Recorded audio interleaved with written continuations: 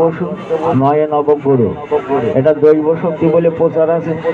দৈব শক্তি যারা আবিষ্কার করেছিল তারা দুনিয়ার থেকে চলে যাওয়ার আগে আমাদের হুকুম দিয়ে গেছে।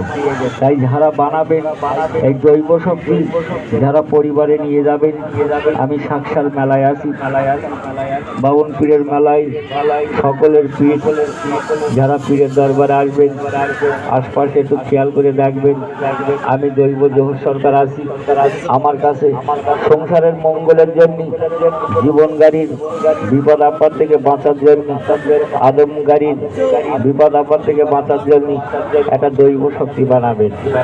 আল্লাহ পাক আপনার পাঠিয়েছে, এই 8টা ধাতুও পাঠিয়েছে মানসিক প্রয়োজনের জন্য। যদি আপনার বিশ্বাস হয় সাক্ষাৎ বাউন পীরের মেলায় আসবেন, সর্বধর্মের মানুষের পীর এখানে আসবেন। এসে আমি দৈব জোহর সরকার আমার কাছ থেকে একটা দৈব শক্তি আঙ্গি নিয়ে ভিজে কাপড়ে ধারণ করবেন। আপনি আপনার ধর্মের দেবতার কাছে কামনা করবেন, কামনা করে এটা ধারণ করবেন। যতদিন আপনার